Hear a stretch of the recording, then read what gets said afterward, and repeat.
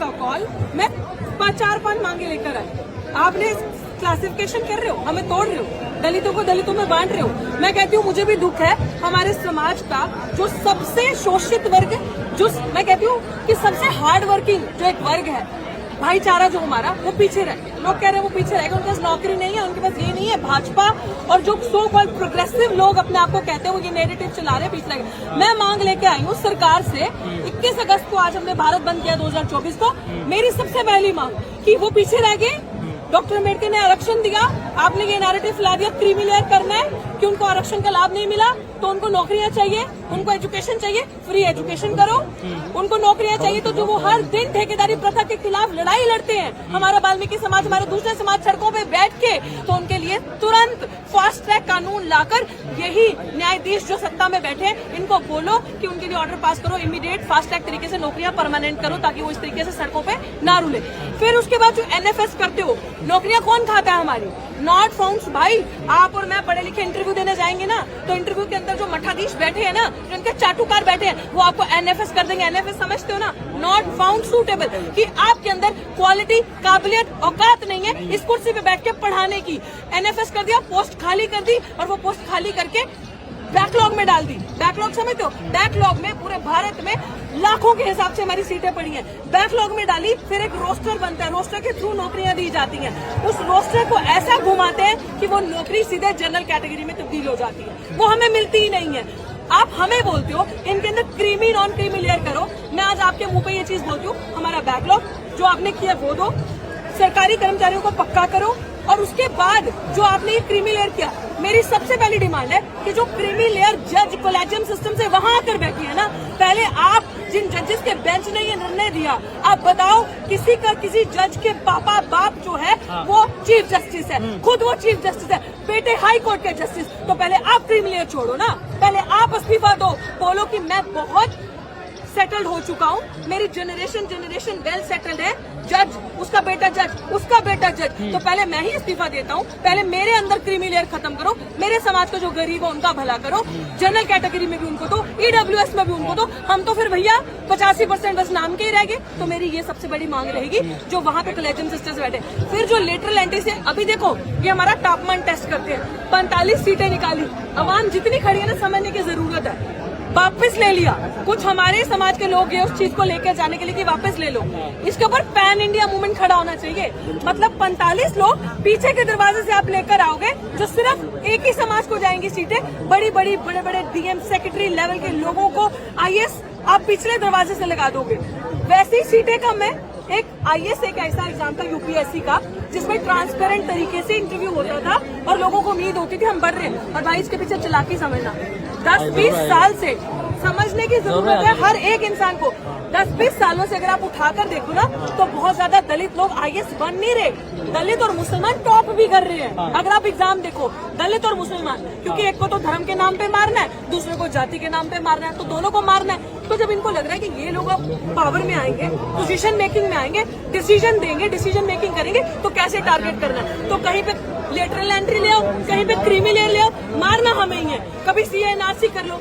तो इस बार हम लोगों ने यही चीज सोची है कि अब मांगना नहीं है, अपनी संख्या बल से यहाँ आके जो आज हम विरोध प्रदर्शन यहाँ दर्ज करवा रहे हैं, इनकी चाल चलने नहीं देनी। और बहुजन समाज एक और हम नहीं टूटेंगे। आज भी हम सब, चाहे वो वाल्मीकि समाज के, चाहे धानक समाज के, चाहे वो अदर कम्युनिटी, चमार समाज, जाटव समाज हो गए, सब एक है, एक मुट्ठी हमारी बंद है। तो बेहतर है इनके लिए ऐसी चालें चल के हमारा तापमान टेस्ट मत करो, और तुम हर स्ट्रेटेजी में हमारे आगे फेल हो गए विद फुल गारंटी। और क्रीमी लेयर के अगेंस्ट अगर ये लोग हैं, पहले अपना क्रीमी लेयर छोड़ो। पहले ये जो जज मठाधीश वहाँ बैठे हैं, जो आके रिटायर होने के बाद सीधे बीजेपी ज्वाइन करते हैं, जो सरकार के अंदर दलाल बैठे हैं भाजपा के अंदर, मैं कहती हूँ जितने सांसद बैठे हैं जो दलित समाज से वहाँ गए हैं, पहले इनको बोलो, जो थपथपाते हो, क्रीमी लेयर के ऊपर समर्थन करते हो, अपनी कुर्सी छोड़ो और अनारक्षित सीटों से लड़के दिखाओ। बोलो हम क्रीमी लेयर है, हम अब एससी वर्ग के, एससी की सीटों से नहीं लड़ेंगे, एसटी की सीटों से नहीं लड़ेंगे, क्योंकि हमारे पास सब कुछ है, हम अब अनारक्षित सीटों से लड़ेंगे। औकात एक दिन के अंदर समझ नहीं आएगी ना, पार्टी थप्पड़ मार के ऐसा निकालेगी ना, भगाएगी, अपने आप समझ में आ जाएगी। तो इसलिए हमें बेवकूफ मत बनाओ, हम पढ़ा लिखा वर्ग है, अपने समाज की जिम्मेदारी हमारे कंधों पे है और जब तक ये कंधे जब तक सांसें हैं हमेशा जागरूक करेंगे। ऐसे ही क्रीमी लेयर कहाँ लागू हो रही है? सरकार ने मना तो कर दिया भाई, लागू नहीं हो रही, यही हमने कहा, तापमान टेस्ट करना है आपका। लागू तो कुछ भी नहीं हो रहा उनके हिसाब से, लेकिन सब कर दिया अंदर से। लागू तो ऐसे क्रीमी लेयर आप कह रहे नहीं हो रहा, फिर तो लेटरल एंट्री से ले आता है। ये सगर नहीं बोलते, हम जैसे लोग ट्विटर पर ट्रेंड नहीं करते, बात नहीं करते, तो क्रीमी लेयर लेटरल एंट्री से लाके भी 45 कर दिए होते। 45 में से अगर आप उसमें रिजर्वेशन रोस्टर फॉलो करते तो 13 सीटें जाती ओबीसी की, 6 जाती एससी को, 3 जाती उसमें से एसटी को, तो होता ना फेयर डिस्ट्रीब्यूशन, और 21 जाती जनरल को। हम क्या लेते? हम तो सब बांट के खा रहे हैं, तुम तो अकेला इतना खा रहे हो। और हमें कहते हैं नॉट फाउंड सूटेबल, हमारे अंदर पोटेंशियल कैपेबिलिटी नजर नहीं आती। अगर आपके अंदर पोटेंशियल है ना, तो मैं आज आपको ये चीज बता दूं, जितने सरकारी कर्मचारी है ना, आज लोग कहते हैं कि प्राइवेट सेक्टर में आपको रिजर्वेशन मिलती है, नहीं मिलती ना। कहते हैं नहीं, सरकारी कर्मचारी काम नहीं करते, प्राइवेट में प्राइवेट कर दो सब चीजों को, प्राइवेट वाले काम करेंगे। तो सरकारी में कौन बैठे हैं? सारे आपके तो बैठे हैं। SC ST कहाँ है सरकारी में? OBC कहाँ है इतना सरकारी में? तो इसका मतलब आप ही के लोग काम नहीं कर रहे ना, हम तो मेहनत कशा हम काम कर रहे हैं, और हमें अब अपना हक छीनना। वो जो 90% निकम्मे है क्या? मैंने निकम्मे नहीं कहा, लेकिन उनके अंदर पोटेंशियल नहीं है। सरकार तो कह रही है ना, सरकार कह रही है ना, सरकार कह रही है, मैं मानती हूँ, मैं कह रही हूँ उनके अंदर पोटेंशियल नहीं है। पोटेंशियल हमारे अंदर, टैलेंट हमारे अंदर, मैं इस चीज को कह रहा हूँ, हमारे अंदर टैलेंट है। अगर पोटेंशियल हो, टैलेंट हो, तो आओ ना एग्जाम देके। हमारे आपको आरक्षण का सवाल है, आओ ना एग्जाम देके, 2 एग्जाम पास करो अपनी मेहनत से। तुम्हें भी तो मिल गया ना EWS, 50% से ज्यादा आरक्षण लेके घूम रहे हो ना भाई, हमने थोड़ी कहा। अभी आरक्षण का सवाल नहीं है, एक सेकंड ध्यान से सुनना इस बात को। 3000 साल का आरक्षण वैदिक किसने लिया? 3000 साल सिर्फ एक ही समाज को अधिकार था पढ़ने का, तो आरक्षण तो तुम लेते आ रहे हो 3000 साल से। अभी वाला आरक्षण भी तो तुम लेते आ रहे हो। तो हमें तो अभी डॉक्टर अम्बेडकर ने जब कानून बनाया उसके बाद हमें चीजें मिली, हम तो अभी कुछ सालों से आए हैं, हमारी तो फर्स्ट जनरेशन आई है। मैं बार बार ये बात बोलती हूँ, मेरा दादा चीफ जस्टिस नहीं था, मेरा बाप चीफ जस्टिस नहीं था, मैं जज नहीं हूँ, मैं एक नॉर्मल फर्स्ट जनरेशन अभी यूनिवर्सिटी में पढ़ने आ रही हूँ। तो उनको पूछो ना, जिनके दादा परदादा सब सिस्टम में ऊपर बैठे हैं, तो किसके पास 100% आरक्षण था? उनके पास।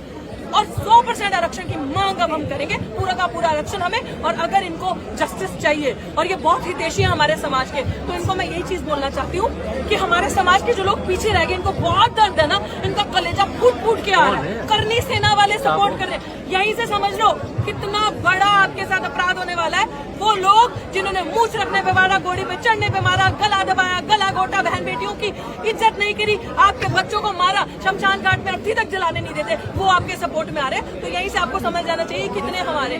तो मेरा आप सबको यही कहना है, अभी जितनी भी भाजपाइयों संघियों, आपको मेरे यही कहना है कि और जजेस जो संघ अंदर मनु लेकर बैठे, जो मनु का संविधान पढ़ के आते हैं, it's my humble request as a citizen of India कि आप हमारे लिए कुछ करना चाहते हैं ना, हमारा समाज जो पीछे रह गया, प्लीज जितनी पोस्ट अभी आप भर रहे हैं, including the lateral entry as well as collegium system as well as the post in any university of teaching, assistant professor teaching, या फिर वो नॉन टीचिंग की पोस्ट है, आप जनरल कैटेगरी की आने वाले 2 साल कोई पोस्ट नहीं भरोगे, सिर्फ और सिर्फ आने वाले 2 साल आप सिर्फ रिजर्व कैटेगरी को पोस्ट दोगे, सारा बैकलॉग क्लियर करोगे। हमारी किसी चीज की लड़ाई, हमारी सिर्फ बैकलॉग की अधिकार लड़ाई है। जितनी सीटें आपने हमें नॉट सूटेबल किया, अभी आने वाले 2 साल सड़कों पे निकलेंगे, ऑल इंडिया मूवमेंट करेंगे, लड़ेंगे, और कोई भी एक भी इंसान को जनरल कैटेगरी पे परमानेंट नहीं होने देंगे। अब हम अपनी सीटें लेके आएंगे, बताते हैं घर घर से एक एक शेड्यूल ट्राइब का, एक एक हमारे वाल्मीकि भाई को, दानक समाज के भाई को, चमार समाज के बच्चे को पढ़ा के स्कूल भेजना पड़ेगा, लेके जाना पड़ेगा। आओ पढ़ो, तुम्हारी नौकरी दिल्ली विश्वविद्यालय में वेट करिए, आओ पढ़ो JNU में तुम्हारी नौकरी वेट करिए, वो सीट खाली रहेगी, तुम उन सीटों पे पढ़ाओगे नहीं, तुम उन सीटों को कब्जा नहीं करोगे। This is our right. और 85% अब तुम्हें बताएगा, 15% क्या, अब तो 15 भी नहीं रहे हैं अकॉर्डिंग टू बिहार सेंसस। तो अब तुम्हें हम बताएंगे 92.5% तुम्हें कैसे दिखाता है देश किसका है, मूलभूत चीजें किसकी हैं, हमारी है। और हम जैसे सुनो, क्लासिफिकेशन मतलब क्या है ना, हम जैसा युवा जो पढ़ लिख गया बोल रहा है ना आगे आके, इनका मुंह बंद करो। इनका मुंह तभी बंद होगा जब कब्र में जाएंगे, इनका मुंह से पहले बंद नहीं होगा, है दम तो करके दिखा। लेकिन बिहार में आंदोलनकारियों पर लाठीचार्ज हुआ है, उसको कैसे देखते? Very shameful. उन्होंने जो किया वो, उसमें भी आई एम श्योर अंदर कोई मनुवादी बैठा होगा अफसर, जिससे बर्दाश्त नहीं हो रहा होगा कि दलित इतना जागरूक हो गए। दलित कभी भी कोई इंसान शोषित वर्ग का SC ST OBC ये कभी भी इंडिसिप्लिन क्रिएट नहीं कर सकते, असंवैधानिक तरीके से काम नहीं कर सकते, कभी किसी के साथ जोर जबरदस्ती नहीं कर सकते, ये कभी भी मर्यादा के बाहर नहीं जाएंगे। They will always maintain piece. मेरा धरना 6 महीने से ऊपर चला, किसी ने भी 1% उग्र माहौल नहीं दिखाया, जबकि पुलिस ने 10-10 बार डिटेन किया। अंत में धरना इसलिए उठाना पड़ा क्योंकि 140 धारा वहां लगा दी और 9 FIR मेरे पे की और मेरे साथियों पे करी, और इस तरीके से हमें परेशान किया। हम लोग इसलिए वहां से हटे क्योंकि उन्होंने हमारे साथियों को टारगेट करना शुरू कर दिया था। हम जाते थे तो पानी बहाना, गंगा जल करना। तो मैं बार बार ये चीज बोल रही हूँ, जो लाठीचार्ज हुआ है इसमें प्रशासन और पुलिस प्रशासन पूरा इन्वॉल्व है डराने के लिए, क्योंकि लोगों से उनका वो जन सैलाब संभाला नहीं जा रहा। पर खाई पैदा जो होगी समाज में, उसको कैसे मिटाया जाएगा? खाई पैदा नहीं हो रही, उन्होंने खाई बनाई है आपको दिखाने के लिए।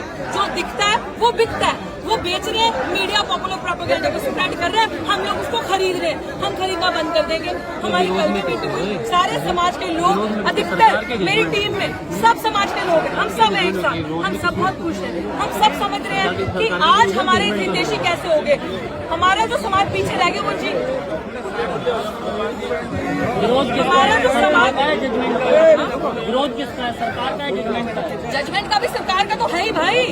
सरकार का तो तब से कुर्सी पे बैठी है, तो जजमेंट का विरोध तो है ही। सरकार का सबसे पहले, क्योंकि मान्यवर साहब ने बड़ी खूबसूरत बात कही थी, जो सरकार ये काम खुद नहीं करेगी वो कोर्ट के थ्रू करवाएगी, and this is what is happening because they themselves are not doing anything today। तो जो काम खुद नहीं करना उसमें कोर्ट को गुस्सा, तो भैया हमने नहीं किया। ये बात मैंने आज से 6 से 7 साल पहले बोली थी और आज वो बात पूरी हो गई। लेकिन कहा जा रहा है कि सोच समझ के पंजाब के एग्जाम्पल दिया जा रहा कि वहाँ पर ये पॉलिसी लागू थी, तो वहाँ पर बहुत बड़ा बदलाव आया है समाज में। ऐसा कोई बदलाव नहीं आया। आप खुद पंजाब से बता सकती है? बिल्कुल, ऐसी कोई भी पॉलिसी वहाँ इन पेपर्स लागू नहीं थी। ड्रामा है जो आप यहाँ सुनते हैं। कोई बदलाव, वहाँ के लोग बहुत ही हार्मनी, बहुत ही पीस से रहते हैं। लोगों को समझ में आ रहा है, वहाँ के लोग स्मार्ट हैं, बोल्ड हैं, हर जगह के ही हैं, लेकिन उनको समझ में आ रहा है सरकार क्या करेगी। खासकर जब ये अपने विंग्स एक्टिव कर देगी ना, RSS, करनी सेना या जो भी हिंदू वाहिनी सेवा, ये वो, जब वो आपको सपोर्ट करने लगेंगे ना, जो लोगों ने कभी आपके घर आके नहीं देखा कि पीपे में आटा है कि नहीं है, कि बच्चे जा पा रहे हैं स्कूल, खा पा रहे हैं खाना एक वक्त का भी, वो आज एकदम से हितैषी हो गए कि आपको सरकारी नौकरी मिलनी चाहिए। क्यों चाहेंगे? वो कह रहे हैं कि आपको आरक्षण का लाभ नहीं मिल रहा, आपको शिक्षा नहीं मिल रही। आरक्षण का लाभ तो तुमने महंगा कर दिया कि इतनी शिक्षा को महंगी कर दो, प्राइवेट इंस्टीट्यूशंस को गवर्नमेंट पब्लिक मेकिंग जो इंस्टीट्यूशंस है, पब्लिक इंस्टीट्यूशंस उसको private making, profit making institutions बना दो। तो खात्मा तो तुमने किया। आपस में लड़ाने का जो उनका तरीका है, स्ट्रैटेजी, वो आप मुझे लगता है maximum it will not last more than 10 days। 10 days के अंदर सफल हो गए? नहीं, बिल्कुल भी बिल्कुल भी सफल नहीं। वो जो सोशल मीडिया के थ्रू पॉपुलर प्रोपेगेंडा स्प्रेड करने की कोशिश कर रहे हैं, अब मैं कह रही हूँ ना, गोरे अंग्रेज इतने खतरनाक नहीं थे जितने काले अंग्रेज खतरनाक है। कोई बात नहीं, ये डिवाइड एंड रूल नहीं, ये डाइवर्ट, डिवाइड एंड रूल। पहले आपको भड़काएंगे इधर उधर, आपका ध्यान करेंगे, फिर तोड़ेंगे, फिर आपके ऊपर राज करेंगे। लेकिन जब तक हमारी जैसी इंसान लोग जिंदा है, मूवमेंट को जिंदा रखने वाले नहीं हो।